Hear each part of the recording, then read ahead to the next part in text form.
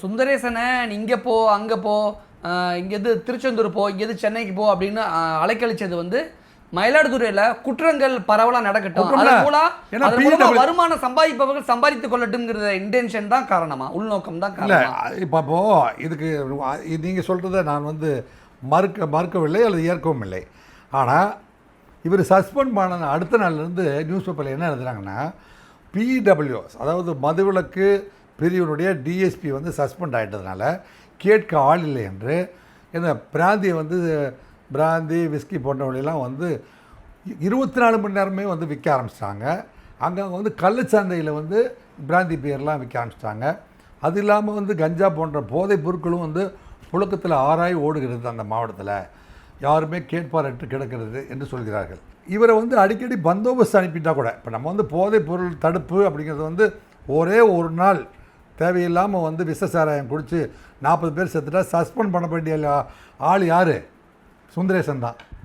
ஏன் நீங்கள் வந்து இம்ப்ராப்பர் சூப்பர்வைஸ் பண்ணன்னு இமிடியேட்டாக சஸ்பெண்ட் பண்ண போகிறது சுந்தரேசனை தான் பண்ண போகிறாங்க. அப்படி இருக்கிறவரை வந்து 7 நாள் வெளியில் போ 12 நாள் வெளியில் போன்னு அவரை அனுப்புறது எந்த விதத்தில் சரியாக இருக்கும்?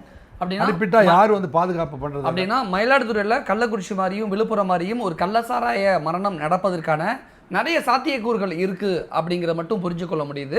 ஆனால் அரசு இயந்திரங்கள் முறையாக சிறப்பாக செயல்பட்டு நடக்கக்கூடிய குற்றங்களை விரைந்து தடுத்து நேர்மையான அதிகாரிகளுக்கு சரியான முறையில் கௌரவம் கொடுக்க வேண்டும், அவர்கள் மரியாதையான முறையில் நடத்தப்பட வேண்டும் அப்படிங்கிறதையும் வலியுறுத்தி பொதுமக்கள் நடக்கக்கூடிய அவலங்களை பார்த்து கொண்டு இருக்கிறார்கள்.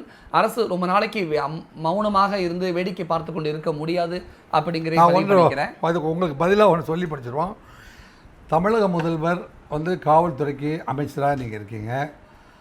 அப்படி இல்லைன்னா தமிழக முதல்வர் வந்து தற்போது உடல்நிலை சரியில்லாமல் இருக்கிறாரு. அவர் பூரண குணமடைந்து வீடு திரும்ப வேண்டும், அவர் மீண்டும் வந்து பழையபடி வந்து சிறந்த முறையில் பணிக்கு வர வேண்டும் என்று நம் இயற்கையை வேண்டுகிறோம்.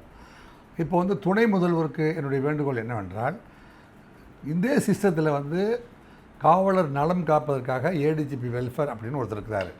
இந்த மாதிரி யாராவது மனசு கஷ்டப்பட்டு அல்லது மன உளைச்சலோடு இருக்கிறீங்க, தாங்க முடியாத துன்பத்தில் இருக்கிறவங்களாம் வந்து ஏடிஜிபி வெல்ஃபேர் பார்த்து உங்கள் மனுவை கொடுங்க, அதை நான் நேரடியாக வந்து பரிசீலனை செஞ்சு உங்களுக்கு தீர்வு வழங்குறேன் அப்படின்னு சொல்ல வேண்டிய பொறுப்பு தமிழகம் முதல்வர்கிட்ட இருக்குது.